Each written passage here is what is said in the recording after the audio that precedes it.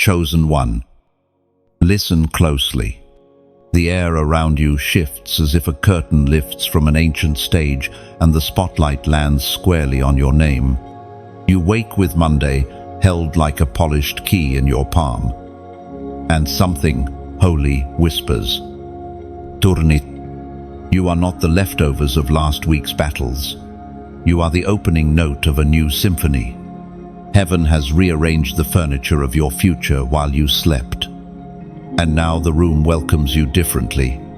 This is not coincidence. This is divine intervention. You sense it in your bones, an alertness, a charge, a warmth like sunrise rolling through your chest and calling your courage by its true name. You remember the grey Mondays, the ones that felt like concrete in your shoes. Still, you rose. Still, you showed up. That stubborn faith did not go unnoticed. What felt like delay was formation. What looked like silence was strategy. Pieces you could not link are clicking into place with a quiet inevitability that makes fear look small. Today, you do not beg the door recognizes you. Today, you do not plead with opportunity. Opportunity bows because it finds its assignment fulfilled in you. You have carried more than most, and the weight tried to convince you that you were ordinary. But if you were ordinary, darkness would not have invested so heavily in your exhaustion. You carry a light that interrupts patterns and breaks cycles, and that is exactly why the old shadows worked overtime to keep you distracted. Don't do it, no matter the price. Refuse the counterfeit comforts that promise relief but tax your destiny. You are one, yes, away from the version of you that already exists in God's mind, brave, steady, clear. Pay attention to the gentle signs, the message that answers an unspoken prayer, the thought that arrives with clean clarity, the stranger's kindness that feels like a breadcrumb on your path. You are learning the acoustics of obedience. Your spirit hears instructions the world calls coincidence. But you know better. This Monday hums with holy intention. You move not by panic, but by precision. Not by hurry, but by harmony. Where others see fog, you see a road materializing under each step. Release the stale disappointments now, the rooms that underestimated you, the conversations that twisted your heart, the closed doors that made you question your worth. None of those moments disqualified you. They clarified you. They wiped the steam from the mirror so you could finally see the outline of who you are becoming. Your scars are not stains, they are maps. They mark the places you did not die and the lessons you will carry into the rooms you are about to lead. As the Apostle reminds us in his letter to the Philippians, there is a reservoir in you that does not run dry when circumstances change. The power at work within you is not seasonal, it is sovereign. You are not a product of mood swings or market trends. You are a carrier of a promise that makes valleys straighten and mountains bow. The hunger in you is holy. Feed it with small obediences. Guard it with clean boundaries. Aim it at the right target purpose. Not applause, faithfulness, not frenzy. We find in the book of Philippians, chapter 4, verse 13, I can do all things through Christ who gives me strength. Let that sentence settle like an anchor in a storm. You do not muscle your way through this day. You receive strength that fits your assignment perfectly. You will know which calls to return, which projects to delay, which conversation to redeem, which thought to reject. You will move with the calm of one who understands that help is not coming from the outside in, it is rising from the inside out. Your peace is not fragile. Your peace is a weapon. Your clarity is not a luxury. Your clarity is a calling. Look at you still here. Still soft. Still ready. That is the miracle already underway. Today, you exchange hurry for holy timing. You exchange perfectionism for progress. You exchange people-pleasing for purpose possession. You will take one faithful step and find the ground extending beneath your foot. You will meet the right faces at the right moments. You will recover what delay tried to erase confidence. Voice. Momentum. This Monday will not mark you with dread. You will mark it with decision. And now, seal this moment with one decisive act that aligns your voice with your future, like this message, if it stirred your spirit. Share it with the one you know is standing at the same threshold. Subscribe so you stay connected to every fresh word sent for you. And type the prophetic number 777 inches, the comments as your public agreement. I rise. Lo, you feel the ache before you find the words for it. It lives behind the practice smile. Tucked beneath the armor, you learned to wear so young that you forgot how heavy it is. The weight of past battles does not always announce itself with drama. Sometimes it returns as a sigh you didn't mean to release. A hesitation in your step. A small flinch when kindness finds you. But listen, your wounds are not disqualifications. They are markers of distance. They testify that you have walked through fires and still smell like future. Not smoke. You remember the nights sleep refused to come. The prayers that sounded like cracked whispers. The rooms where you pretended you were fine because no one there could carry what you were carrying. You carried it anyway. You carried it longer than any reasonable person should. And yet, beneath the exhaustion, there was always a stubborn glow.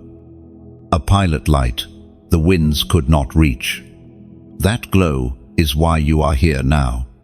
Not because everything went right, but because grace guarded a seed inside you when everything went wrong. Let yourself acknowledge the cost.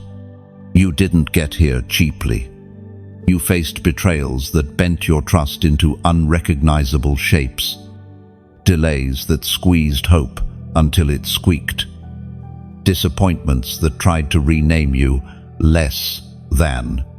But look at the truth standing in front of you. Your spirit did not shatter, it learned flexibility.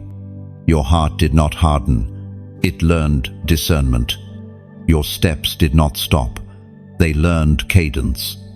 The scars on you are not warnings that you're fragile, they are signatures that say, I heal, I continue. You don't need to relive every memory to honor what you overcame. You only need to let the mercy that met you there finish its work. Mercy does not deny the past. It detoxes the past.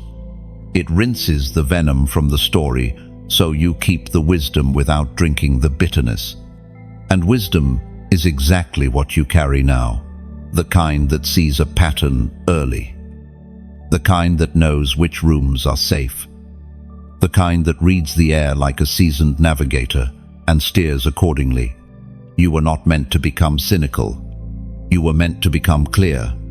We are reminded through the writings of David in the Psalms that your pain has never been invisible.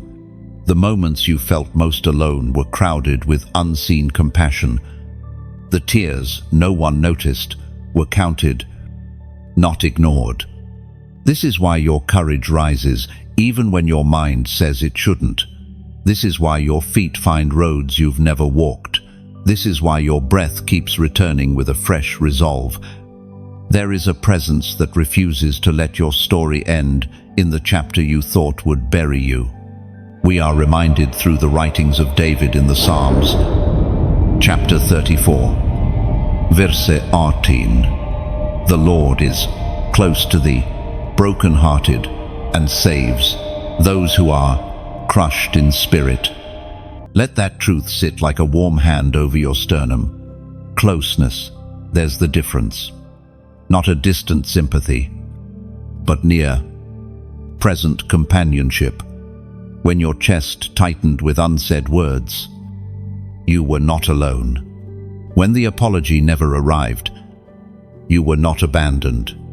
When your own voice sounded small in your ears, heaven did not confuse volume for value.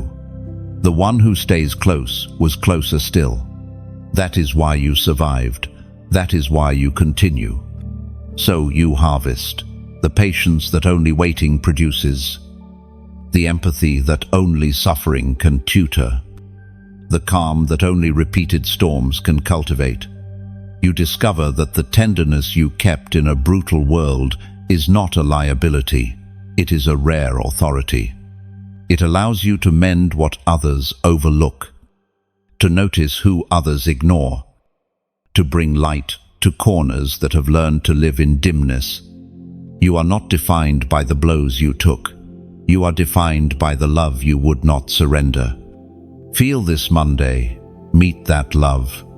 The day does not pity you. It partners with you. You are lighter because you name what hurt and release what no longer belongs. You forgive not because the offense was small, but because your destiny is too large to share a room with resentment. You bless not because they deserve it, but because you refuse to be trained by bitterness. You move not because the past has closed its case, but because hope has opened a better one in the quiet. You place a gentle hand on your own shoulder and acknowledge the traveler who kept walking. You say thank you to the version of you who chose to live, to believe, to love again. You inhale what is fresh and exhale what is finished. And as you step forward, you realize the weight did not vanish, it transformed. What you carry now is not burden, but wisdom, not sorrow.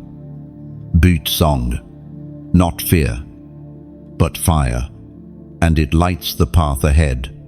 You hear it first as a whisper softer than breath, steadier than thought.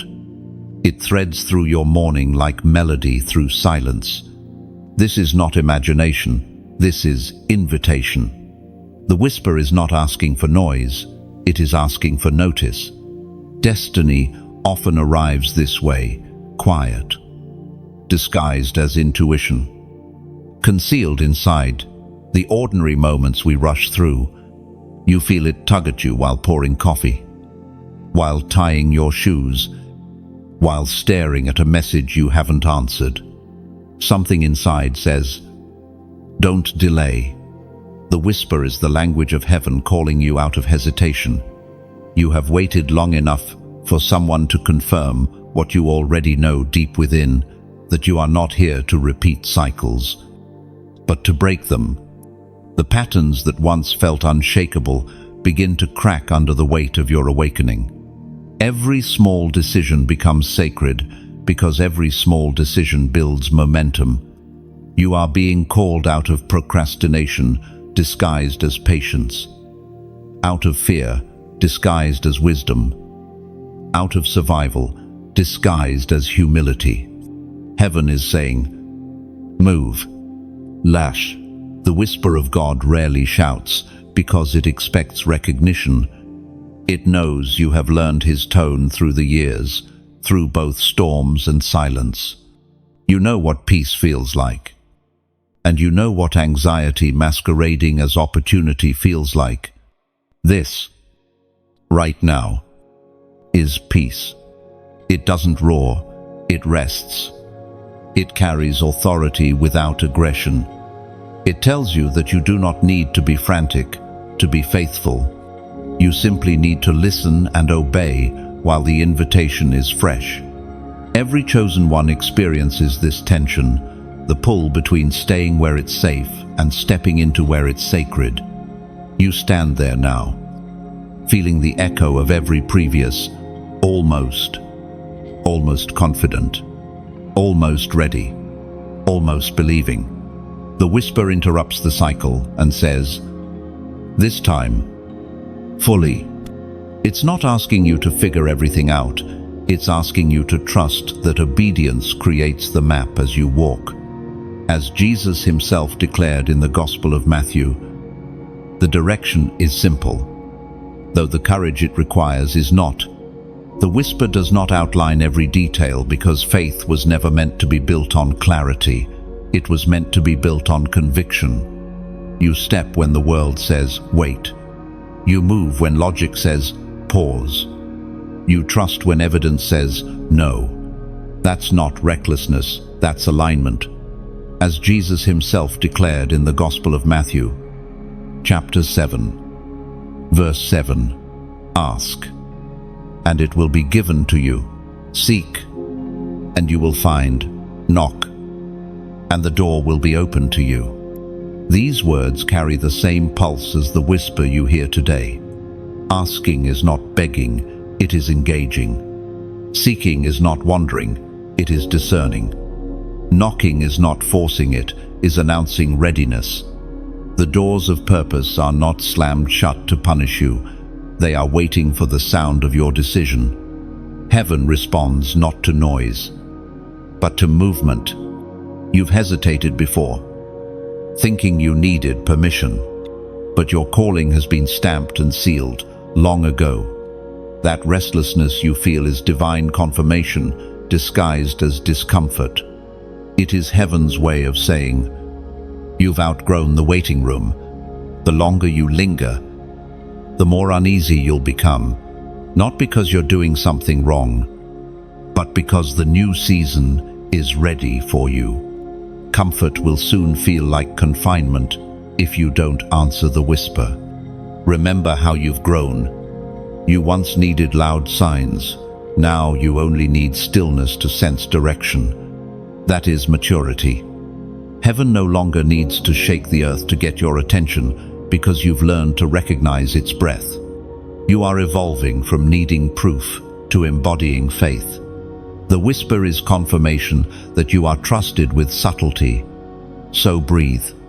Tune your spirit to the same frequency as obedience. When the whisper says, reach out, you will. When it says, forgive, you will. When it says, go, you won't ask twice. You are stepping into a rhythm where heaven speaks and you move without delay, without debate, without doubt. This is what it means to walk as one who is chosen, not just hearing, but heeding. Now, before this moment fades back into noise, mark it, anchor it, respond to it publicly and prophetically. Comment, I am listening. Write those 3 words as an act of agreement, as a declaration that your ear is tuned, your heart is open, and your feet are ready. It's not just a comment, it's a covenant. It tells heaven, you won't have to shout to get my attention. It tells your fear, you've lost the right to silence me. It tells your future, I am on my way. The whisper is waiting. The door is already creaking open. And when you step through it, history will not remember how long you hesitated. It will remember how powerfully you moved once you finally listened. You begin to notice the smallest constraints first, the almost invisible threads that tug you back at the moment of decision. They are not chains of iron, they are agreements. Subtle and sticky. A sentence you swallowed as a child and never digested. Don't aim too high. A fear you inherited that was never yours. If you try, you'll fail. A habit you defend because it keeps you numb. An invisible chain thrives on secrecy. It flourishes when unnamed. So you speak. You name the fear that told you your voice was too much. You name the shame that told you your story was too messy. You name the pressure to be agreeable at the price of being authentic. When you name them, they cannot hide. When you drag them into light, their strength evaporates. Bondage also loves exhaustion. It shows up when you are tired and whispers bargains. Take the shortcut. Settle for the almost. Sign where your spirit has not agreed. But you are different now. You do not confuse tiredness with truth. You rest when you need to. And you rise with clarity. Your boundaries become gates, not walls. You let good into your life without forfeiting the field to what drains you. The invisible chains were never strong. They only seemed strong because you were gentle with them. Today, gentleness turns to firmness, and firmness becomes freedom. Heaven is not casual about your liberty. It is not indifferent to the invisible battles that stole inches from your stride. Freedom is not a side effect of blessing. It is the core of your inheritance. The assignment on your life requires unencumbered movement. How can you carry answers if your hands are tied? How can you step into rooms you were born to lead if your ankles are comforted by familiar shackles? You were not designed to walk with jingling chains as background music.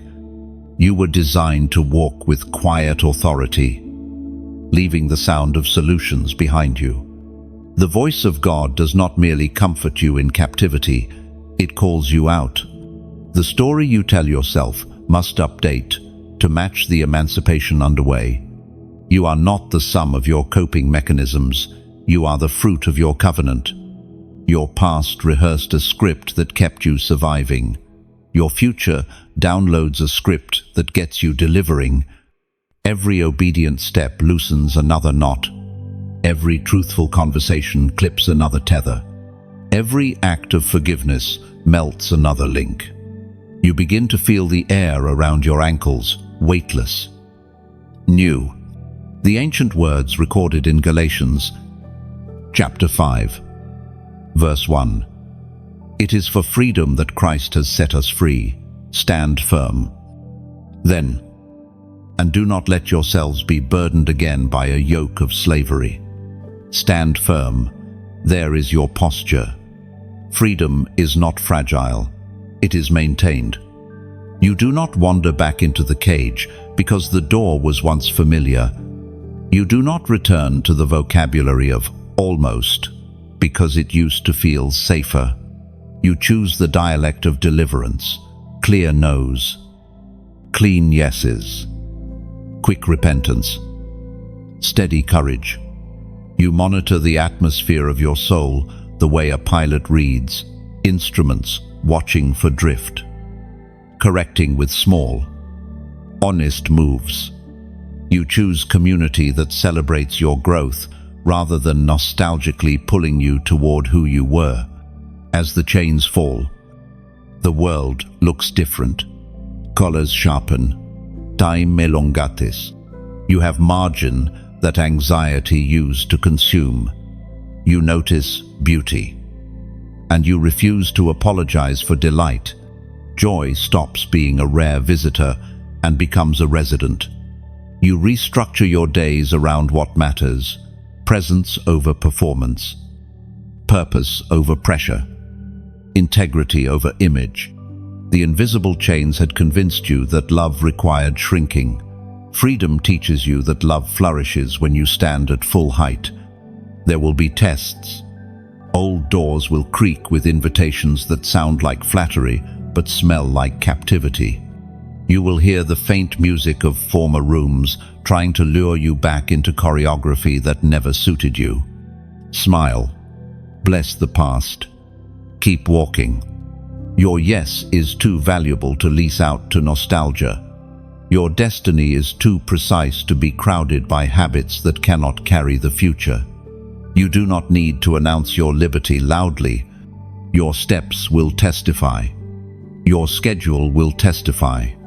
Your peace will testify. And the ones assigned to your story will recognize the sound of your unclipped stride and fall into step beside you. This is the beginning of movement without drag, obedience without friction, love without leash. The chains were invisible. Your freedom will be undeniable. Courage doesn't always roar. Sometimes it curls in your chest like a sleeping cat that suddenly remembers it is a lion. You feel it this Monday, the slow, certain uncoiling of strength you didn't know was still alive. Not bravado, not noise. A settled heat under your ribs, like embers deciding to become flame. Your steps lengthen, your shoulders settle. The room does not change. But your stature does. You remember, authority isn't volume, it's rootedness, and you are finally planting your feet. You have tried gentler costumes, agreeable masks, careful smiles, strategic silences, but none fit a soul made for the open field. Your inner lion is not reckless, it is regal. It doesn't sprint to prove anything. It walks because the ground already belongs to it. You sense this shift in micro moments. The email you write with clarity instead of apology. The boundary you set without a tremor. The decision you make without hosting a committee of fears. Power comes back as focus. Love returns as a steady gaze. A sound mind arrives like clean air after rain. You are not becoming someone else. You are shedding what you are not. The timid scripts you rehearsed were survival tools, not your identity. The lion rises not to devour, but to defend vision, values, the tender people entrusted to you. It guards what is holy with quiet ferocity. It refuses to trade your birthright for short-term comfort. It knows when to stay silent and when to speak like thunder. And when you speak, the atmosphere stops fidgeting. Even your doubts stand at attention. According to what is revealed in the book of Proverbs, wisdom and courage are siblings. They share a spine. The lion in you does not leap at every movement. It watches. It reads wind and water. It hears the distant rattle of false opportunity and waits for the real gate to swing.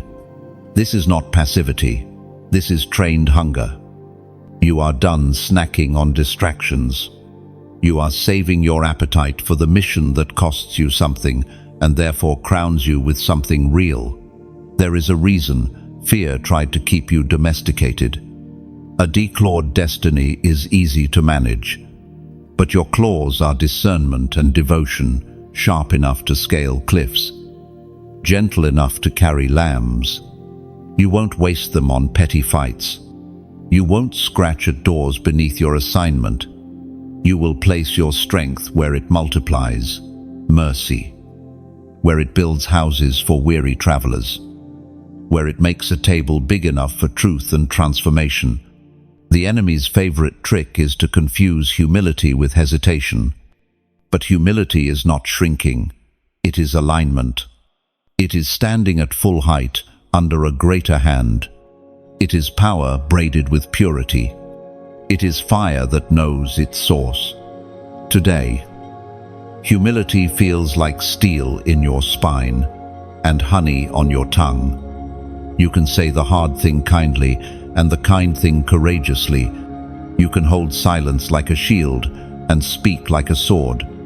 You can be both soft and sovereign. It was proclaimed in the second letter to Timothy, chapter 1, verse 7. For God has not given us a spirit of fear, but of power, of love, and of a sound mind. Let that sit inside you like a heartbeat. Power, so you move. Love, so you heal. Sound mind, so you see. When those three travel together, counterfeit authority has no stage. You stop bargaining with anxiety. You stop renting space to old accusations. You stop dimming your light to soothe rooms that benefit from your shadow. The lion in you prefers sunlight. Everything false wilts there. Picture your courage as a lighthouse on a stormed coast. Ships you'll never meet correct their course by your steady beam. That's what your rising does. Others find direction in it. Or picture your courage as a bridge. You become safe passage over waters that used to swallow people you love. Or think vineyard, your daily. Faithful tending becomes fruit that outlives your calendar. These images are not flattery. They are function. The lion doesn't roar to be admired. It roars to awaken the forest into proper order. If this word has met you like water after a long climb, and you want to keep this fire tended gently, help keep the lighthouse lit. A quiet way. Tap like so, others see the beam. Share this message to guide a ship you'll never know. Subscribe to stay within the rhythm of these steady lights.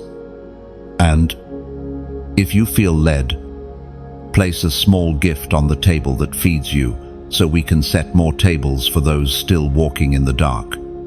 Every gesture is a log on the communal flame, no pressure, only partnership. You walk on, not louder, but clearer, not harder, but truer. The field is wide, the air is clean, the lion is awake, and it knows the way home. You wake, and the air feels different, like a key already turned in a lock you didn't realize was at your door. This Monday is not a rerun, it is an appointment. The calendar looks ordinary, but your spirit knows better. The earth spins to its usual rhythm, while heaven leans in with a precise convergence of timing. People, places, and possibilities. Threads that have wandered for months meet in your hands like a tapestry flipping to reveal its image. You are not chasing miracles today. You are walking into the place where miracles have been waiting for you to arrive. Think of it like a train platform at dawn. You've stood there on other mornings, hearing engines pass by too early, too full. Not your route, but today. The car, with your name, slows in front of you, and the doors breathe open. Monday becomes a platform, and favor becomes public transport. You don't have to sprint, plead, or squeeze. You step in with quiet clarity, because alignment always feels like a tailored garment, no tugging. Nofus, just right. You've learned the sound of manufactured urgency, and you've learned the slower syllables of true assignment. Today speaks the latter. You notice the little signals, emails, that land like puzzle pieces, conversations that unlock next steps, an inner nudge that refuses to be dismissed. You are not being teased with almosts. You are being ushered into now. Expect the simple to carry the sacred. Expect the familiar to glow with a new edge. Expect the route you walk every day to suddenly run parallel with provision. Heaven speaks the language of doors. Some doors are painted with flattery and lead to closets. Some look plain but open into palaces. This Monday is the latter. The handle is obedience. The hinge is timing. The threshold is courage. You will not need to break anything down or apologize for stepping through. What's yours recognizes you. What is not yours doesn't even tempt you anymore. You are not the desperate one knocking on everything. You are the discerning one who knows which knock belongs to you. The Spirit spoke through sacred words about open doors and unshakable appointments, reminding you that access is not a popularity contest. It is a covenant reality. Your part is simple. Notice. Agree. Step. Not a frantic step, an anointed one. The miracle is not noisy. It is precise. It wears the exact size of your assignment, the exact weight of your capacity. the exact tone of your voice. Others will call it luck. You will call it the long faithfulness of God meeting your present yes. As Jesus himself declared in the book of Revelation, chapter 3, verse 8, Z. I have placed before you an open door that no one can shut. Hold that sentence like a passport. Placed before you, not hidden, not booby-trapped. Placed, open, not poorly oiled, not jammed. Open, no one can shut, not competitors, not critics, not circumstances, not your own past. This is how Monday becomes history, not because the internet says so, but because heaven sets a door before you and backs it with its own authority. So walk into conversations that once intimidated you with the calm of someone whose invitation came from higher up the chain. Walk into tasks you've delayed with the assurance that grace has already measured the strength required and supplied it. Walk into rooms where you used to shrink and let the truth of your assignment do the talking. You don't need to announce a miracle, you need to host it steadily, kindly, skillfully. Favor is not a spotlight for ego, it's a lamp for service. There will be subtle tests, a counterfeit door swinging wider, a glittering shortcut humming with hurry. Smile, bless it, decline.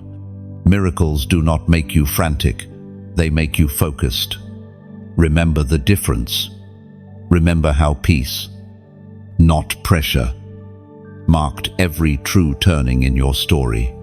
Today carries that same signature. Before you move on, anchor your agreement. Set a public stone of remembrance that says, I see the door, and I'm stepping through. Comment, Shmuna meot shmunim v'shmuna. Let it be your number of new beginnings, triple alignment, and covenant overflow. Writing those digits isn't superstition, it's a small act of faith that says to fear, you won't narrate this day. And to heaven, I consent to the open door. Then, rise and walk, like this Monday was always waiting for you, because it was. The pressure tightens just as the door opens. You feel it like a sudden headwind, old fears reassembled. Familiar accusations stitched into new camouflage. That's how the enemy moves when breakthrough nears, not with novelty, but with precision recycling. He studies which lies once made you hesitate, and he repackages them with fresh urgency. He whispers through half-remembered voices, you're not ready. You're too late. You're too much. You're not enough. He hopes you will negotiate with echoes. But you are different now. You recognize the pattern. You name the theater. You refuse to audition. The final attempt often masquerades as logic. It offers sharp spreadsheets of doubt, the lack of resources, the timelines that don't fit, the what-ifs that multiply like shadows at dusk. But you know the truth about shadows. They are proof of light, not absence of it. The very intensity of resistance reveals proximity to promise. Hell does not barricade empty fields. It fortifies borders. Your steps are landing near a boundary line that you were born to cross. Watch how the pressure tries to migrate indoors. A sudden tiredness that feels heavier than sleep. A flicker of irritation where there should be peace. A random memory designed to flood you with second-guessing. These are not coincidences. They are engineered distractions. The strategy is simple. Stall you long enough to let the window pass. But windows in the kingdom are generous to the obedient, and you are learning to move while the light is green. You steady your breath, sort signal from noise, and keep walking. There's another tactic, counterfeit urgency. Opportunities that demand your soul by noon. Partnerships that glitter but require you to edit your integrity. Invitations that smell like flattery and taste like compromise. This is the bait meant for the almost ready heart. But your heart is not almost anymore. You can feel the difference between pressure and peace.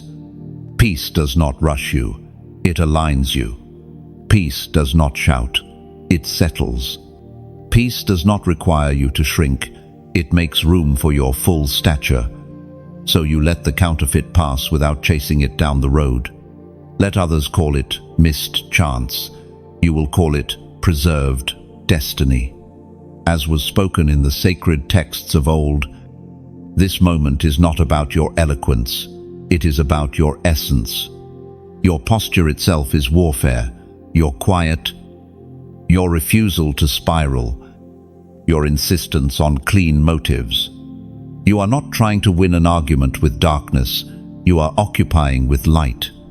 You set your attention like an anchor, truth here, mercy here, assignment here. When the noise rises, you lower your shoulders and lift your gaze. You hear the ancient cadence of protection humming just beneath your pulse. According to what is revealed in the book of Isaiah, chapter 54, verse 17, "No weapon formed against you shall prosper, and every tongue that rises against you in judgment you shall condemn. This is the heritage of the servants of the Lord, and their vindication is from me." Feel the authority in that promise. Weapons may form, they do not flourish. Tongues may rise, they do not rule. The heritage on you is not fragile. It is weather-tested, covenant-backed, battle-proven. You do not have to match hostility with hostility. You match it with inheritance. Your answer is not panic, it is posture. Your validation is not crowds, it is the quiet yes of heaven written across your obedience. The last attempt also aims at your vision. It tries to fog the lens so that you misread friends as foes and opportunities as traps. So you slow to a holy pace. You check your instruments, gratitude, counsel, scripture, peace. You test the spirits of your own thoughts. Does this thought lead me toward courage, clarity, and love? Or does it coax me into fear, confusion, and isolation? You choose accordingly. You disarm 1,000 imaginary battles by refusing to fight in rooms where God never sent you. And you remember, not all resistance is demonic. Some is training. The headwind toughens your stride. The pushback sharpens your discernment. The delay teaches you the weight of what you are carrying so you won't drop it when it multiplies. The final attempt then becomes a final certification, passing through it. You realize the enemy hasn't been guarding the promise. He's been involuntarily guarding you from distractions that weren't strong enough to survive the threshold. You keep your face set like flint. You bless what needs blessing. Release what needs releasing. Close what needs closing. You sift words like gold in a river and keep only what shines clean. When accusations rise, you answer with fruit. When fear rattles, you answer with memory. Every Red Sea that split, every raven that fed, every night that did not end you. The pattern holds, the story is steady. The last attempt is loud because it is last. And after it, the air grows quiet. Not because the battle never was, but because you are already past the line it tried to defend. The heaviness creeps in quietly, like fog sliding over a familiar road. You feel it in your muscles before your mind notices, the slow gravity that makes simple tasks feel mountainous. The dull ache in your chest that says, "Not today." But today does not ask permission from heaviness. You were forged for mornings like this. You do not need a trumpet blast. You need one faithful breath. Then another. The fire in you is not theatrical. It is steady. It burns blue and bright beneath the surface. A pilot light that refuses extinction. You start small. You stand. Even if your knees complain, you make the bed. A ceremony of order. You drink water like it is prayer. You let sunlight touch your face and call your name. You refuse the lecture that shame wants to give you. Shame always misreads fatigue as failure. But you know better. Heaviness is not a verdict. It is a weather system. And you, chosen one, are learning to carry your own climate.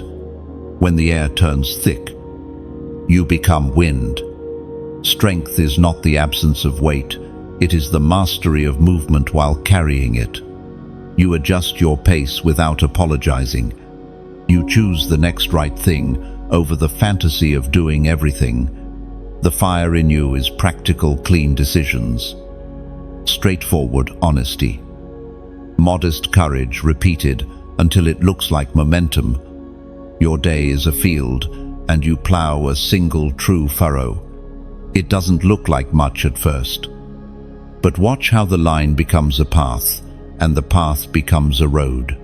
This is how you outrun discouragement, not with speed, but with direction. You remember past seasons when heaviness bullied you into bed or baited you into frantic busyness. Not this time. You identify the lies threaded through the weight. You're behind. You've lost it. You're alone. They dissolve when inspected. Behind what? Lost where? Alone how? You bring facts to the courtroom. You bring memory. You bring the quiet testimonies of mercy, the unexpected call, the bill that was covered, the peace that found you at 3 a.m. Heaviness hates evidence. It prefers vague accusations. Clarity breaks its spell. Breathe like a warrior. Inhale, assignment. Exhale, anxiety. Your body learns your spirit's cadence. Your mind starts taking orders from your hope, not your history. You give yourself to tasks that match your real strength rather than the imagined strength you think you should have by now. You are not a machine. You are a living sanctuary. Sanctuaries are cleaned, not condemned. When dust gathers, today, you tidy the inner room and light the candles again. The Spirit reminds you that the furnace is both forge and filter. What cannot survive the heat was never meant to be armor. You feel certain expectations crack and fall away, the need to impress, the habit of explaining, the reflex of rescuing everyone in their place.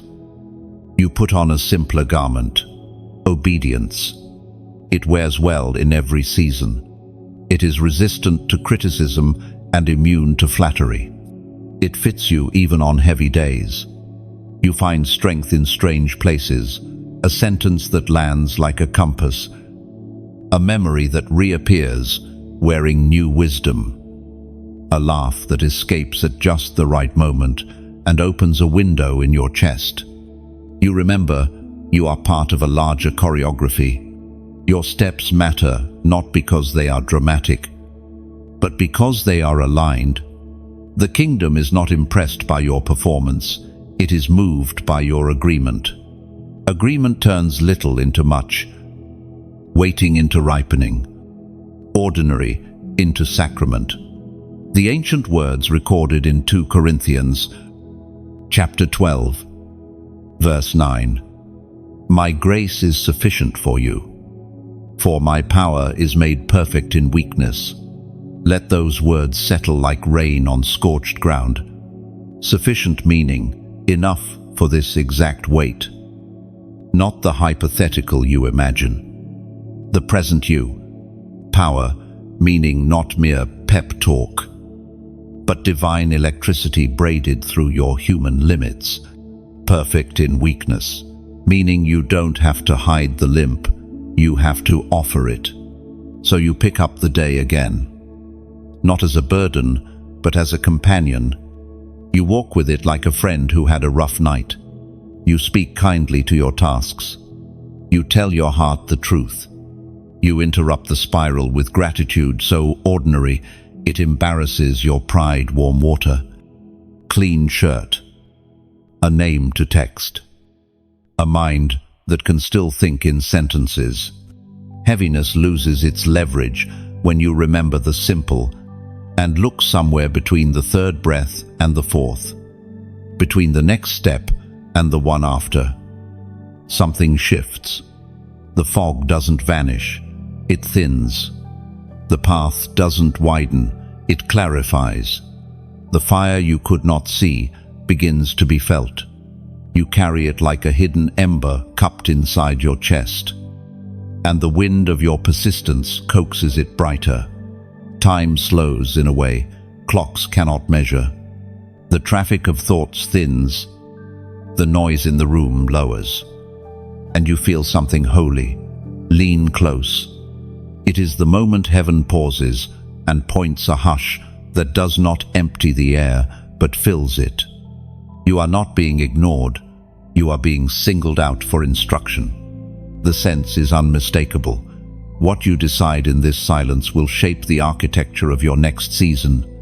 You are standing, not at a fork in the road, but at a threshold where presence itself becomes the guide. You notice how gentle the pause is. It does not shove. It invites. It lets you breathe. It opens space between impulse and obedience so that you can hear, truly hear. Your pulse settles into a new rhythm, and in that cadence, you recognize an old familiarity. This is the same voice that steadied you in previous storms, the same peace that met you when you were sure you'd run out of chances. Familiarity breeds trust here, not contempt. You know this tone. You know this touch. You know what to do next. Stay still enough to receive the details.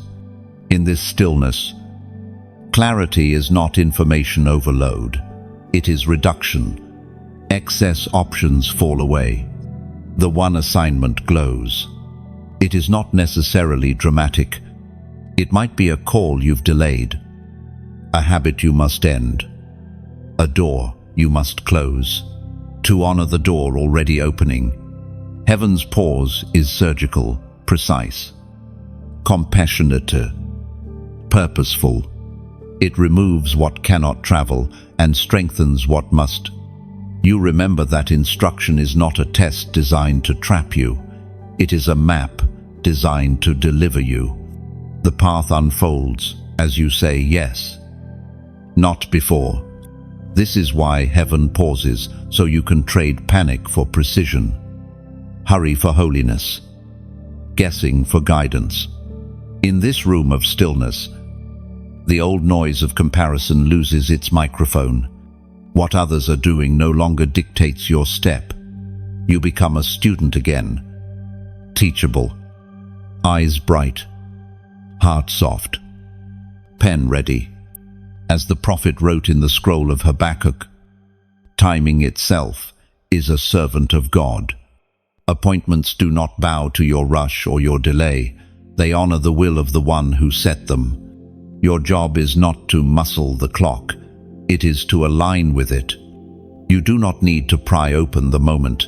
You need to present yourself to it wholehearted, uncluttered, available. Heaven pauses, then speaks. As the prophet wrote in the scroll of Habakkuk, chapter 2, verse 3, "For the vision is yet for an appointed time. Wait for it. It will not delay." Read that again with your name inside it. Appointed time, meaning there is a calendar above your calendar, and it is kind. Wait, meaning watchful readiness. not passive drifting. Surely come, meaning certainty, not wishfulness. Will not delay meaning when it's time. It's time. This is why your spirit feels both restful and alert. Restful, because you are not behind in God. Alert, because the window is open and the wind is moving. You test what you hear against peace, against scripture, against wise counsel you trust. The instruction becomes a lamp at your feet, not a stadium floodlight a mile ahead. That is enough. Lamps are how pilgrims travel light at the step they are on. You let that be sufficient. You trade the addiction to foreknowledge for the adventure of companionship. The guide is the guarantee. There may be a tug to distract yourself right here, to reach for your phone, to manufacture urgency, to fill the pause with noise so you don't have to choose. Resist that impulse. Sacred pauses are thin places. In them, the distance between your current life and your called life narrows to a breath. Hold it. Listen again. One sentence from heaven is worth 1,000 brainstorms. Now mark this moment, not to impress anyone, but to anchor your own heart. Comment. Here I stand. Write those 3 words as a flag in the soil of today. It is your way of answering the roll call, of saying, I am present, I am willing, and I will not be moved by counterfeits. Let the comment become a covenant with your future self, so that when the wind picks up again, you remember where you placed your feet. The pause begins to lift, but the clarity stays. You carry it like a sealed letter in your chest, addressed to the next hour. You do not sprint out of the moment, you step, measured and sure. Heaven has spoken. You will obey. History will record what happens after this stillness, but you will remember the stillness itself, the chamber where your yes was sharpened and set aflame. You feel the threshold under your soles, the way a swimmer feels, the instant when sand ends and the body begins to float. Behind you, the shoreline of almost ahead, a water you were born to navigate. Crossing is never only about distance, it is about identity. You are not sneaking into the future, you are being welcomed by it. The knob turns without protest. The hinge doesn't squeal. You step through, and the air is different, cleaner, charged. But it's easy. Old limits wait on the doormat like shoes you no longer wear. Think of metamorphosis. A caterpillar does not try harder to fly.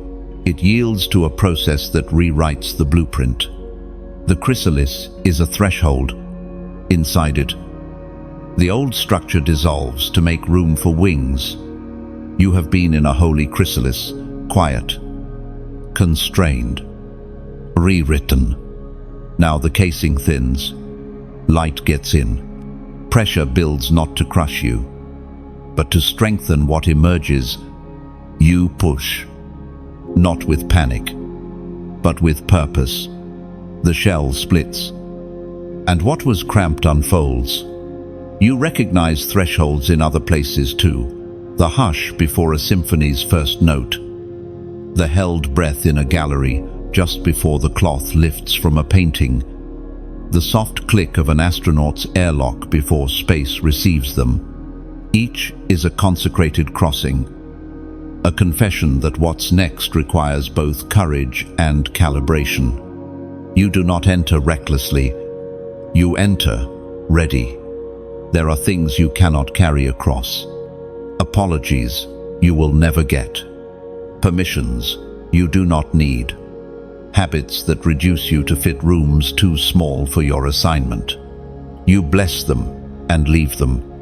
Thresholds are altars. We place what cannot go forward on them, and we walk on with lighter steps. The miracle is not that you feel no fear, it's that you feel fear and still move with a sound mind. Rhythm replaces rush. Clarity replaces clatter. Heaven makes its own declaration over those who cross in faith. Newness is not a slogan, it is a system re-scripted. Paths appear where maps were blank. Provision meets you like a river, upgrades to a road. This is not magic, it is covenant. The same voice that shaped galaxies shapes a way for you through obstacles that once felt immovable. What was stone becomes swing gate. What was shut becomes invitation. The voice of God thundered in the book of Isaiah, chapter 43, verse 19. Behold, I am doing a new thing. Now it springs forth. Do you not perceive it? Read that as if the ink is still wet. New thing, not a recycled yesterday. Springs forth, not trudging. Bursting. Perceive not, guess. Recognize. Way in wilderness navigable path where logic saw none. Rivers in desert sustaining flow where scarcity ruled. This is threshold language. It trains your eyes to spot doors that don't look like doors until you stand close.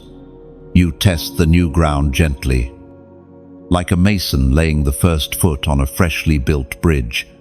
It holds, then firmer. It holds. Soon your stride finds its cadence. Meetings that used to drain, you now become charge stations because you have crossed with boundaries. Tasks that once felt tangled now separate into clean lines because you have crossed with order. The future is not loud, it is tuned. Picture a city gate at dawn. Merchants raise their shutters. Scents of bread and spice tumble into streets. And a bell marks the day's beginning. That gate is your threshold. By stepping through, you become part of commerce that is more than money. The trade of wisdom for worry. Peace for panic. Purpose for performance. You are not a tourist. You are a citizen of what God is doing next. If this word has steadied your hand on the handle, help us keep doorways like this open for those still standing in the cold. Tap like, so the light reaches farther. Share this with the one you know is 1 inch from their crossing. Subscribe to stay tethered to these timely waypoints.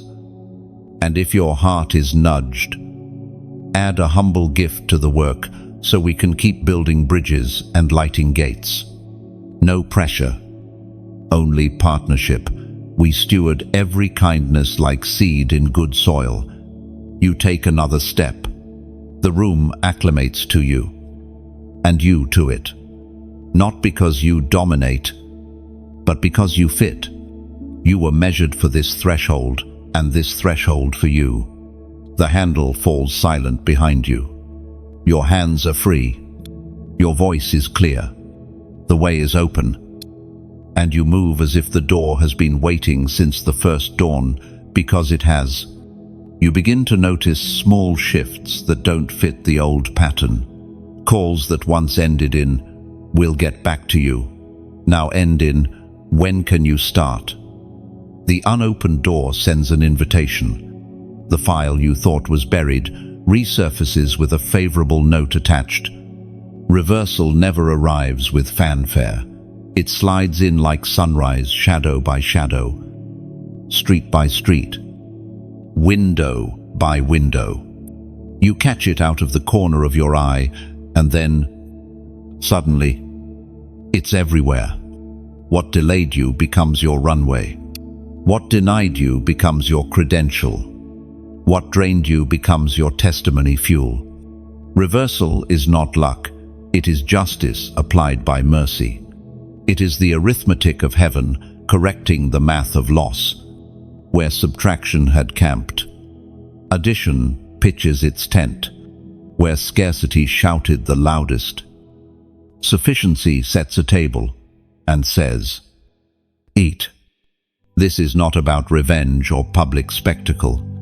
It is about divine order returning to rooms that forgot it. The scales lift, and you find your name on the side that rises. You can feel the difference in your body. The fatigue that felt baked into your bones loosens.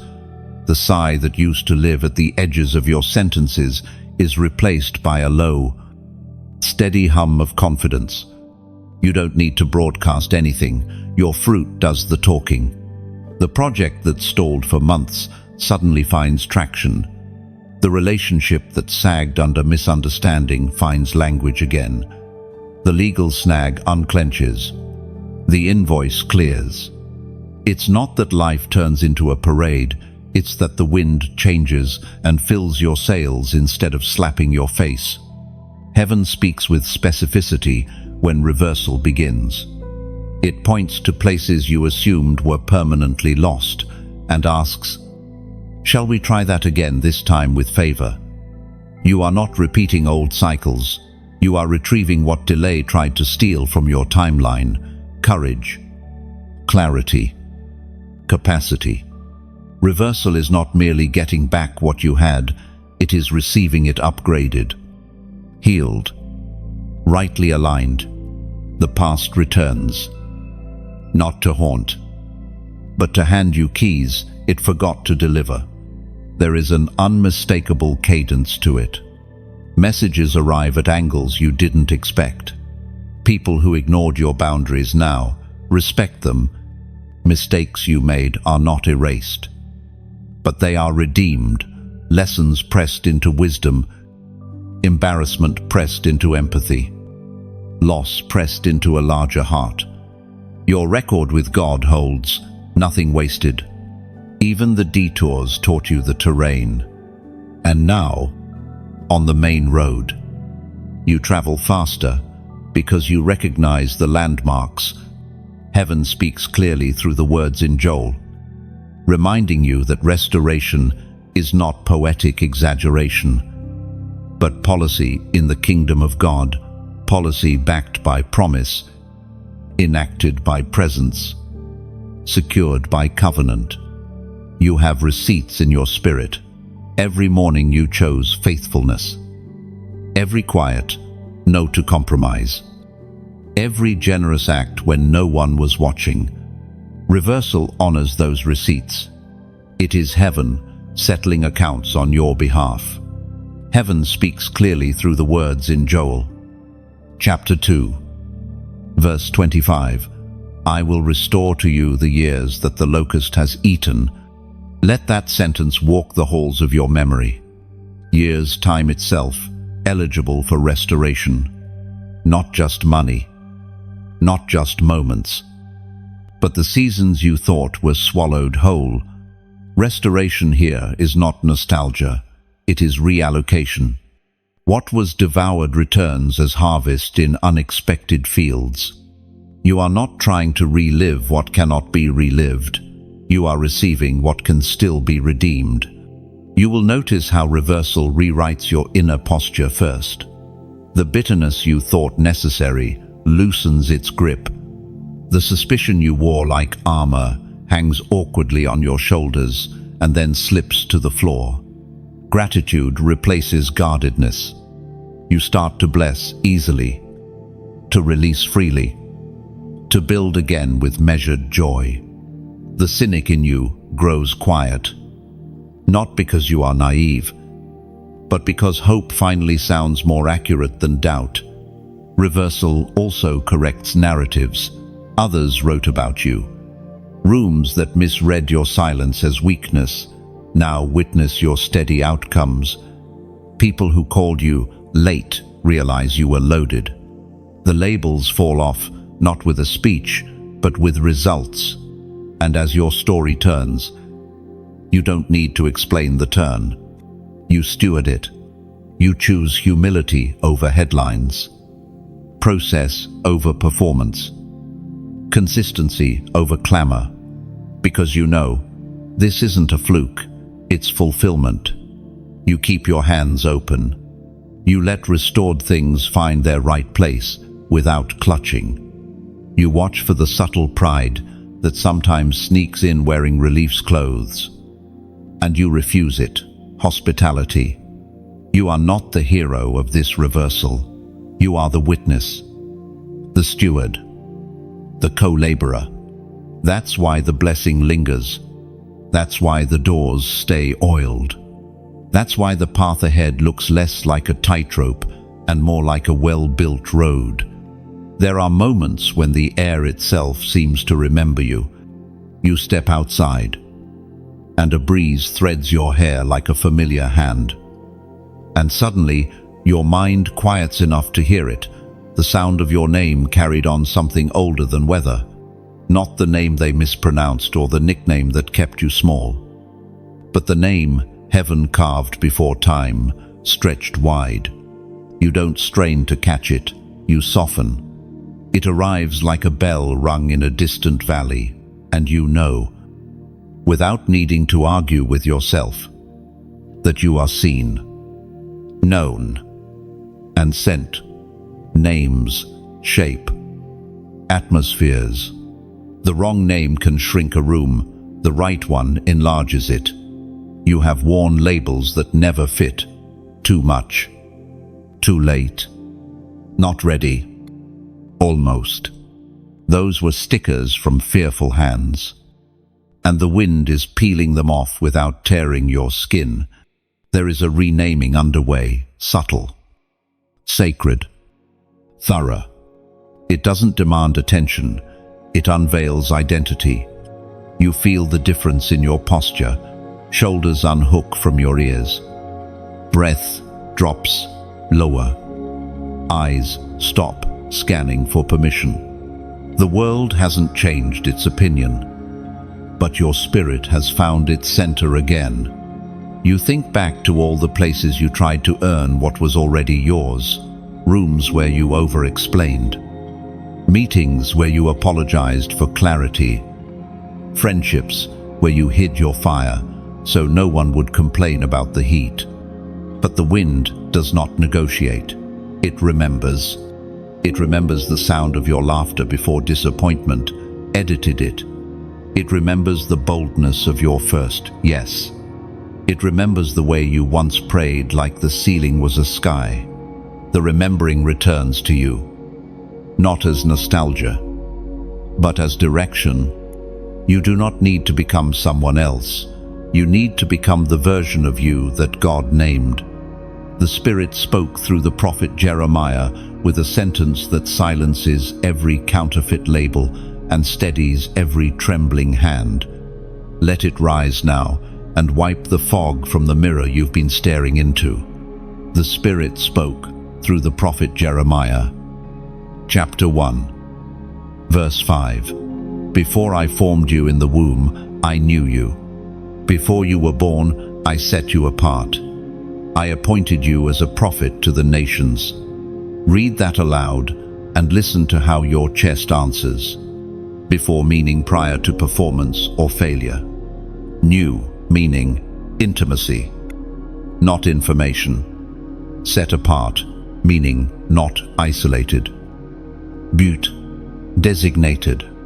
Appointed meaning purpose isn't a hobby, it's a mantle. To the nations may not mean microphones and passports. It may mean the neighborhoods, teams, and families that constitute your world. Either way, the assignment is real, and your name fits it. When the wind calls your name, it doesn't make you grandiose, it makes you precise. You start speaking sentences that feel both ancient and brand new, and they land with a weight that makes confusion back away. You make choices that look small on the outside, but resound like gongs in the unseen. You delete a conversation that always drags you backward. You pick up a study plan that builds the muscle your calling requires. You confess what needs confessing, so your voice rings clear. Identity births integrity, and integrity births authority. You also notice how identity recalibrates desire. You stop craving stages that would starve you and begin craving altars that will fill you. You want the work that matches your name, the craft, the care, the discipline. You want to carry presence, not just opinion. The wind helps you prioritize without apology. You don't chase every opportunity.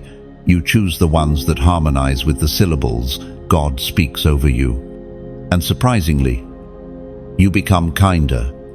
People feel safer around someone who knows who they are. There's less grasping in your hands, less noise in your words. Of course, the old labels will try a few last times to stick. They'll appear as a familiar insult in your own voice or as a memory of failure during a quiet afternoon. When they do, put them in the light. The wind is not sentimental, it is faithful. It will tear what must be torn and carry it away across fields you'll never have to walk again. Then it will bring you something in exchange: new language, new courage, new rest. So, anchor this moment with a simple, public sign of agreement. Comment: 999, not as superstition, but as seal completion of the old naming, fullness of the true naming, and the pivot into what is next. Let those digits be your I hear you, your I agree, your I step into the name you gave me. When tomorrow's noise returns, you'll see that number, and remember, the wind spoke. And you answered. Light does not shout. It arrives and reveals. You feel it this Monday like dawn slipping its fingers under the edges of night, peeling back the fabric that once kept things comfortably vague. Shadows that used to look like shelter show their seams. Smiles that felt safe reveal their contracts. You are not becoming cynical, you are becoming clear. When light enters, it doesn't ask darkness for permission, it informs it that visiting hours are over. You notice the first reveal in your own heart. The most dangerous disguises were never on other faces, they were on your assumptions. Good intentions, wearing the costume of obedience. Avoidance wearing the costume of peace. Hustle wearing the costume of stewardship. Under light, costumes shed. You see the difference between silence that is holy and silence that is fear, between serving that is love and serving that is self, erasure, between patience that is faith and patience that is paralysis. You do not flinch from the mirror. Grace stands beside you, steady-handed, and together you sought. Think of light as a trusted physician. It does not injure when it presses, it diagnoses.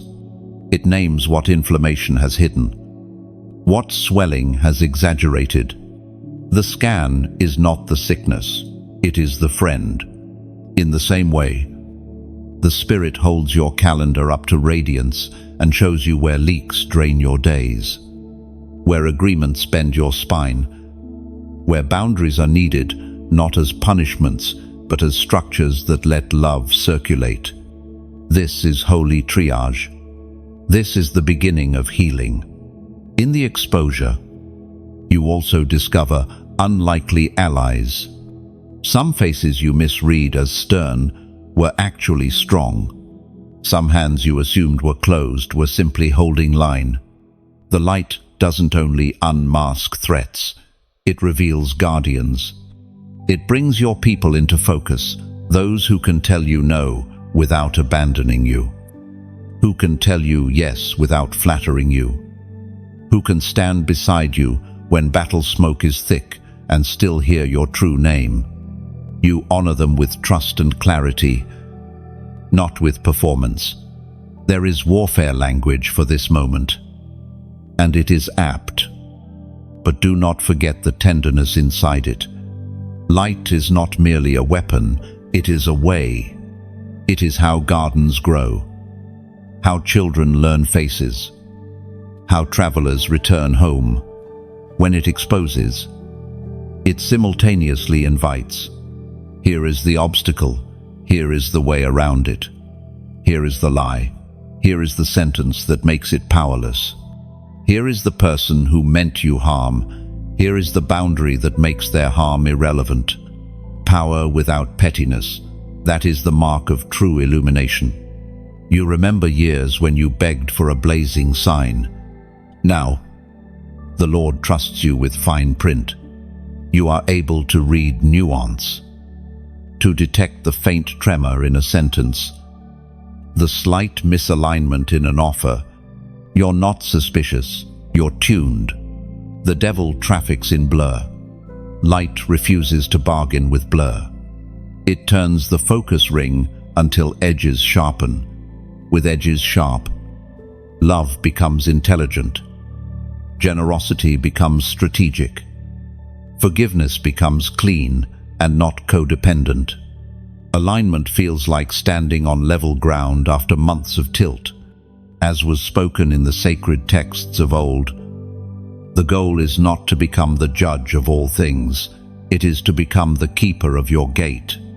You decide what enters the city of your soul, which words, which commitments, which partnerships. You set customs at your borders and levy a tax against deception. It can no longer travel freely in your company. The tax is truth, and it is expensive for lies to pay. According to what is revealed in the letter to the Ephesians, chapter 5, verse 13, but everything exposed by the light becomes visible, and everything that is illuminated becomes a light. There is the second miracle tucked inside the first. Not only are you seeing, you are becoming. The areas once governed by fog turn luminous and start guiding others. Your healed discernment becomes lanterns along someone else's path. Your clarified boundaries become maps for those who never learned how to draw their own. You are not embarrassed by the process, you are embodied by it. Illumination is contagious in the best way. So, you tidy your inner rooms. Open the windows and let the brightness do its work. You release entanglements with a blessing, not a curse. You update your yes and your no. You draft a new peace treaty with your own mind. Less drama, more data, less guessing, more guidance, less noise, more knowing. Darkness was loud because it needed to distract you. Light has no need to shout. It simply shows, and once you see, you cannot unsee. That is not a threat, it is a promise. It is the promise that your steps from here are truer, your love wiser, your courage cleaner, and your path, at last, unmistakably bright.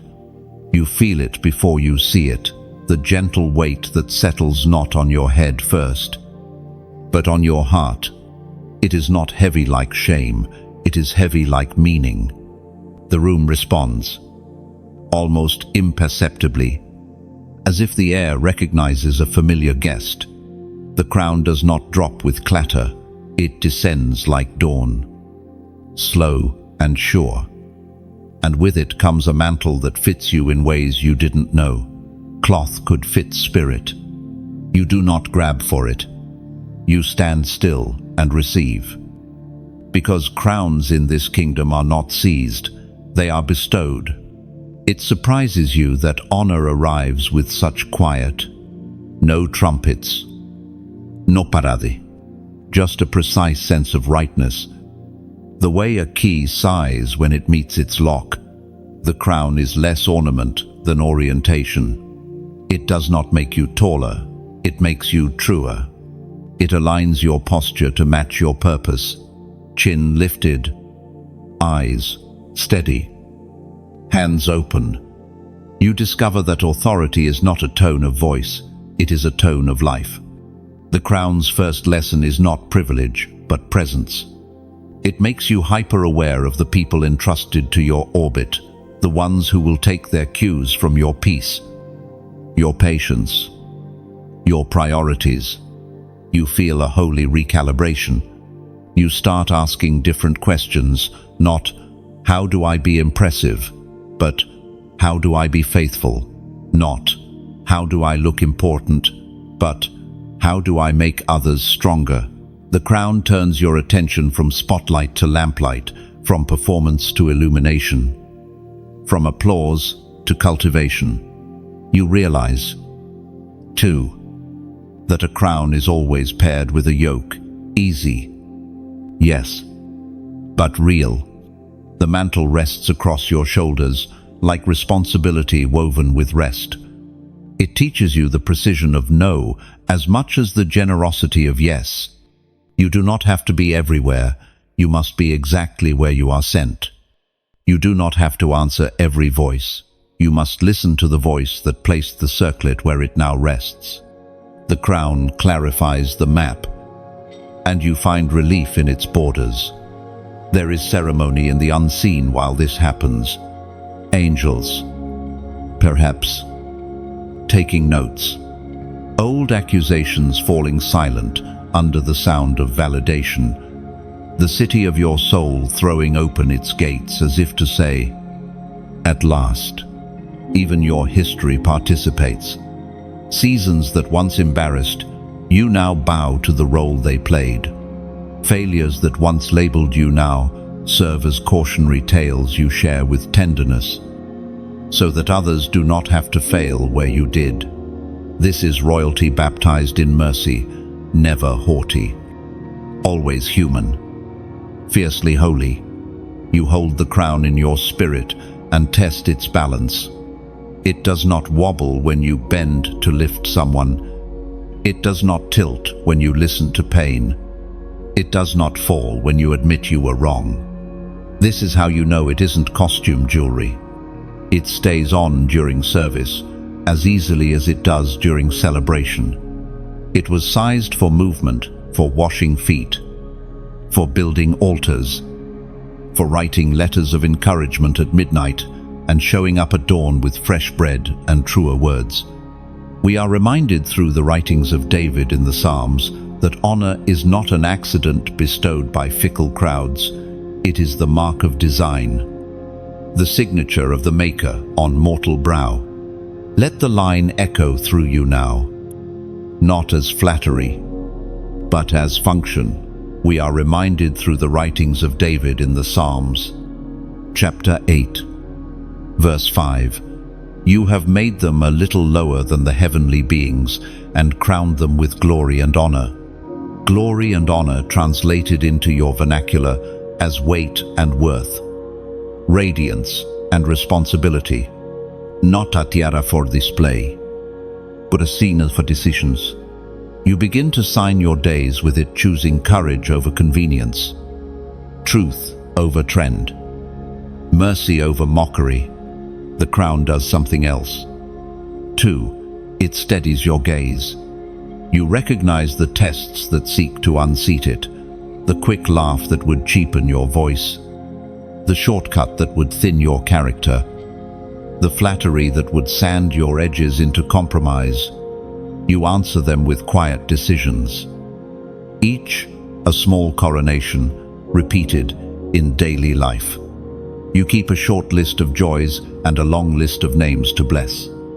By late day, you feel the mantle warm to your shoulders, as if it has found its home. You do not dramatize the moment, you honor it. You tend the fire. You watch your words. You give your strength where it multiplies life. And you learn the paradox that has always been true in this kingdom. The lower you bow, the brighter the crown burns. The more you pour, the more the oil flows. You step into the room, and it feels like a key returning to its native lock.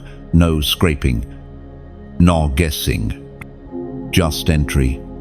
Dominion is not conquest in this kingdom. It is congruence. It is the moment a violin lands beneath a hand that knows its wood, a gardener meeting a soil that recognizes her touch, A captain feeling the keel cut water. It was born to split. You aren't forcing fit anymore. You are flowing function. This is what prepared places do. They answer you back. Your feet, remember, training, your mind, forgot. Patterns you studied in hidden seasons reappear as pathways. It's like walking into a library you've never visited and finding the shelves already arranged by the questions you're carrying. You do not need to shout to be heard. The work itself is a voice now. You set things in order with gestures learned in wilderness, years' clear boundaries, clean priorities. Small obediences stacked like bricks into shelter for others. Dominion here is stewardship with a steady pulse. See your influence like water finding its level. It does not crash to prove power. It fills. It lifts. It carries. In a meeting, your clarity becomes a levy against panic. In a home, your patience becomes a hearth where hard conversations can thaw. In a project, your integrity is rebar inside concrete, invisible. But the whole structure holds because of it. You do not dominate rooms, you calibrate them. You don't bulldoze, you blueprint. There are doors, only your voice opens because the hinges were forged for your frequency. There are people only your presence unknots because they trust the safety your history carries. Dominion is precise like that. It does not try to be everywhere. It chooses to be exactly where obedience places it. You feel the difference in your body, shoulders square without stiffness, attention sharp without suspicion, compassion warm without leakage, authority and tenderness braid.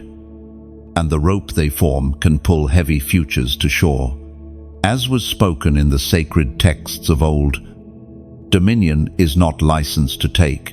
It is mandate to tend.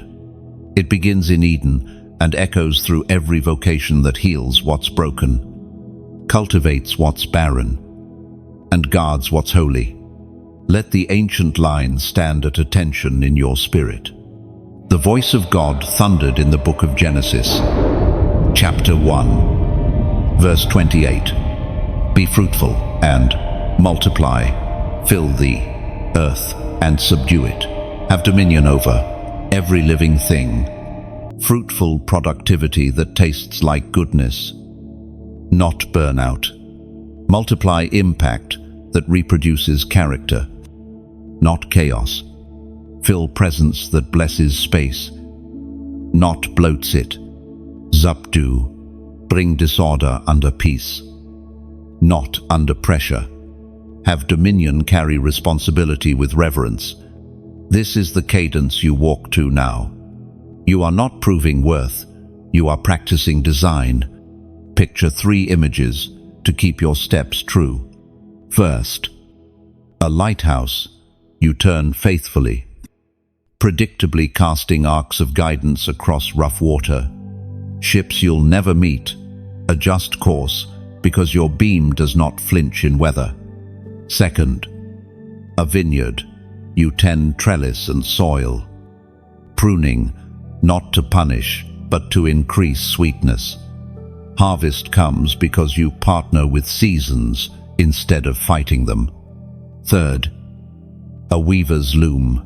Threads that look random become pattern under patient hands. Where others saw tangles, you see tapestry. The tests are subtle in prepared rooms. Flattery will try to smuggle compromise in a velvet case. Urgency will rattle the latch, insisting that speed equals success. Nostalgia will offer you the old chair with your former name engraved on it. Smile, bless, decline. Dominion is quiet, not hurried, current, not retro. You answer distractions with the work-finished pages. Healthy teams, reconciled hearts, systems that serve people instead of swallowing them. First, a lighthouse. you turn faithfully, predictably casting arcs of guidance across rough water. Ships you'll never meet adjust course because your beam does not flinch in weather.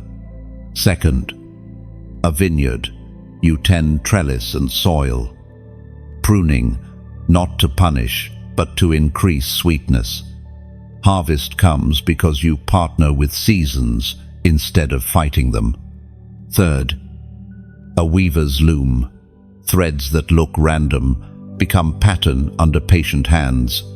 Where others saw tangles, you see tapestry. Every gesture is a log on a shared fire. We all warm our hands by, finally, plant a flag in this moment so your future self knows where you stood. Comment, I take my seat. Short, simple, Verein. Let it be your public agreement that you choose service over spectacle, stewardship over noise, and the prepared chair over every counterfeit throne. Write it once, then live it daily in emails and errands, in boardrooms and bedrooms, in beginnings and goodbyes. This is dominion, not the size of your platform, but the fidelity of your yes. You begin to notice how obedience changes the physics of your days. It is not loud, but it is law. A yes at the right moment becomes a hinge, and the door that once felt immovable swings as if the building were designed around your arrival. Schedules that refuse to sync suddenly breathe in unison. Emails drift in like birds choosing the same branch. People you had no access to appear as if you were always in their path.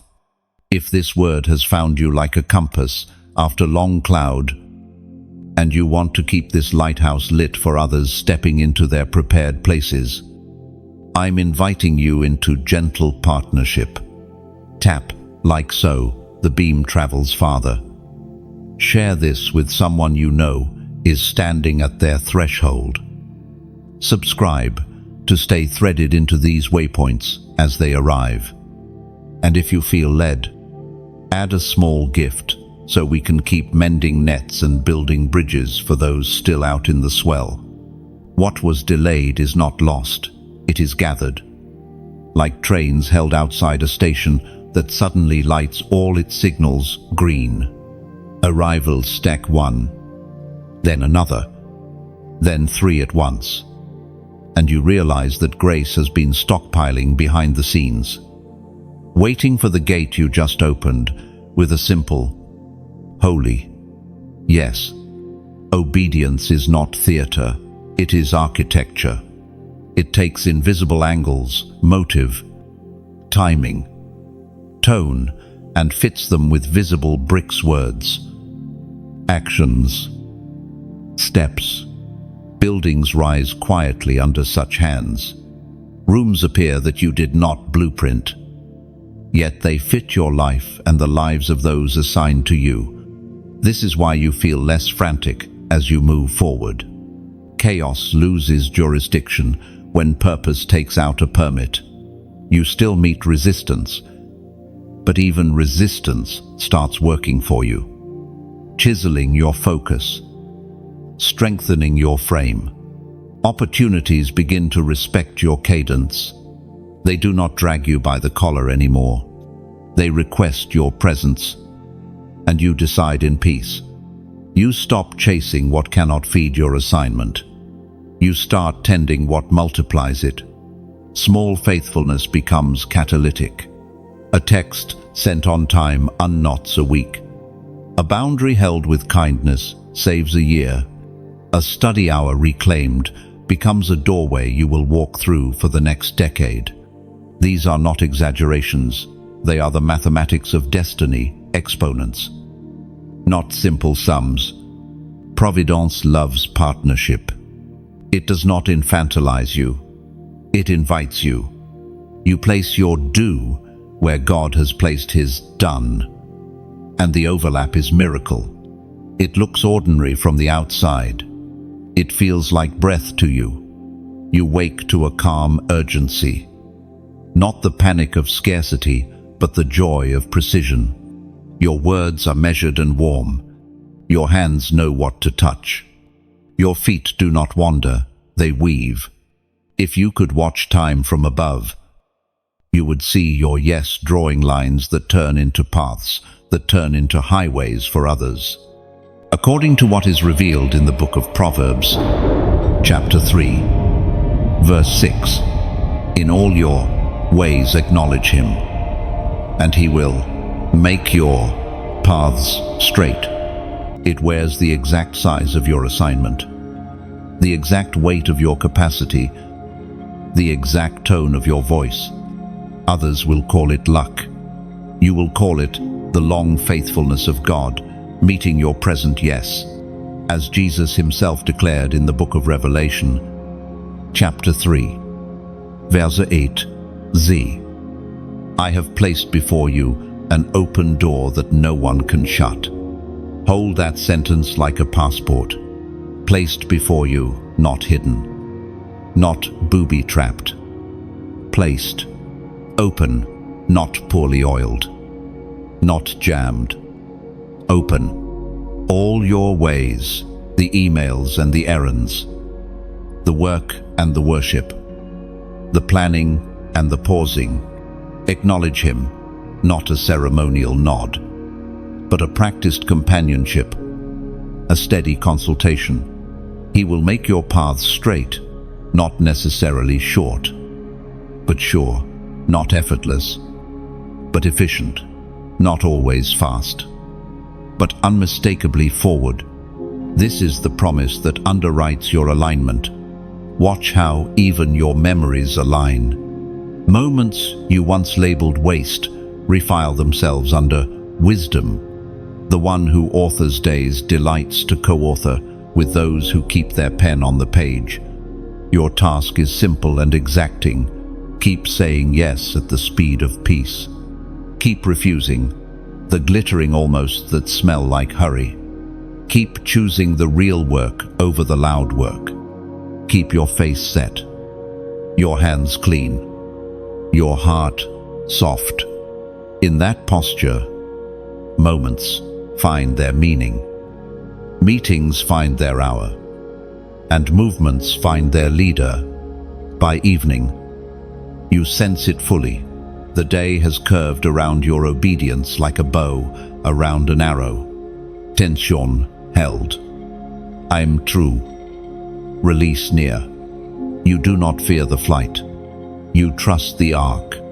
You rest inside the certainty that goodness is not random and purpose is not fragile. The wind is with you. The mark is true. And the story, by mercy, keeps aligning around your next faithful step. All your ways, the emails and the errands, the work and the worship, the planning and the pausing. Acknowledge him, not a ceremonial nod, but a practiced companionship, a steady consultation. He will make your paths straight, not necessarily short, but sure, not effortless, but efficient, not always fast, but unmistakably forward. This is the promise that underwrites your alignment. Watch how even your memories align. Moments you once labeled waste refile themselves under wisdom. People will not have to guess what happened.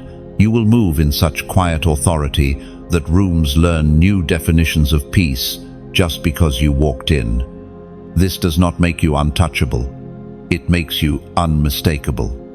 The wonder is not spectacle. It is steadiness that survives both storms and applause. The same spirit that held you when nights had no edges now holds you as the sun sits squarely on your shoulders. You remember all the not-yets and almosts, the old doors that sighed shut, the prayers that tasted like salt. None of it was wasted. You are a story whose every chapter matters. And this chapter reads like promise kept. Wonder is not always fireworks. Sometimes it is fruit consistent, sweet, and undeniable. A reconciled relationship that once felt impossible. A mind calmed that used to sprint into dread. A calendar healed of panic. A craft honed until it sings. You become the quiet miracle others lean on. A bridge where there used to be a break. A lamp where there used to be a warning. A well where there used to be a wound. Not because you are flawless, but because mercy learned your name, and you answered. Do not minimize this. Humility is alignment, not amnesia. You remember who held you and why you still breathe. And that memory turns you outward. You start seeing with royal eyes who needs a seat, who needs a shield, who needs a sentence that cancels the curse they have rehearsed. Your words stop being commentary and become commissioning. Your hands stop being restless and become reliable. Your calendar stops being crowded and becomes consecrated. As was spoken in the sacred texts of old words that fit your shoulders like a coat tailored in heaven and delivered to your door in perfect time. As was spoken in the first letter of Peter, chapter 2, verse 9. But you are a chosen people, a royal priesthood, a holy nation, God's own possession, that you may declare the praises of Him who called you out of darkness into His marvelous light. Chosen, meaning this identity wasn't self-appointed. You remember all the not-yets and almosts, the old doors that sighed shut, the prayers that tasted like salt. None of it was wasted. You are a story whose every chapter matters. And this chapter reads like promise kept. Wonder is not always fireworks. Sometimes it is fruit consistent, sweet, and undeniable. A reconciled relationship that once felt impossible. A mind calmed that used to sprint into dread. A calendar healed of panic. A craft honed until it sings. Possession means you are not adrift, you are carried. Declara means fruit speaks. Out of darkness means maps, not memories. Marvelous light means clarity with kindness. Courage without cruelty. Live like one named before schedules existed. Build altars in emails. Mercy in meetings. Order in messy places. Hold boundaries like garden fences that let beauty grow. Let testimony travel in your craftsmanship. Wear wonder as work clothes. And when questioned, point gently. The light chose me first to live. So you live like a lighthouse built on bedrock, turning faithfully, not frantically. You live like a vineyard steward, pruning bravely, harvesting gently. You live like a scribe at a clean desk, writing the next faithful page, not rehearsing the old panic. Your yes has become architecture. Your peace has become policy. Your love has become law in the micro-kingdoms you tend. The table, the team, the text thread, the threshold. The wonder you carry does not evaporate under scrutiny. It clarifies. Ask the hard questions, the answers hold. Test the foundation. It rings true. Even your weaknesses, offered honestly, have become windows where light pours through at angles you could never have scripted. This is the paradox of glory. The more candid you are about the crack, the brighter the treasure shines from within. And so, history bends not to you, but around the one who writes through you. You will not need to convince anyone with volume. You will persuade with fruit. You will not need to hustle rooms into agreement. You will host presence until resistance runs out of arguments. Your life will read, to those with eyes to see, like a sign on the highway at dawn, clear letters, true direction. Steady light. Chosen one. If this journey met you like sunrise through a long window, help us keep that light moving. Tap like so. The algorithm becomes a lantern instead of a labyrinth. Your single touch tells the system, more of this. Share this message with the ones standing at their own threshold. Your forwarding finger can be the hinge their door has waited for. Subscribe if you want a steady cadence of words that build backbone and breathe peace. It keeps you tethered to future waypoints without having to search for them in the noise. And let's mark this moment together so it doesn't fade into another scroll. Drop a simple line in the comments. I say yes. Those 3 words are not performance, they're a prayer in public. A stake in the ground that your tomorrow will be built on the obedience you choose today. When others read your yes, they'll find courage for their own.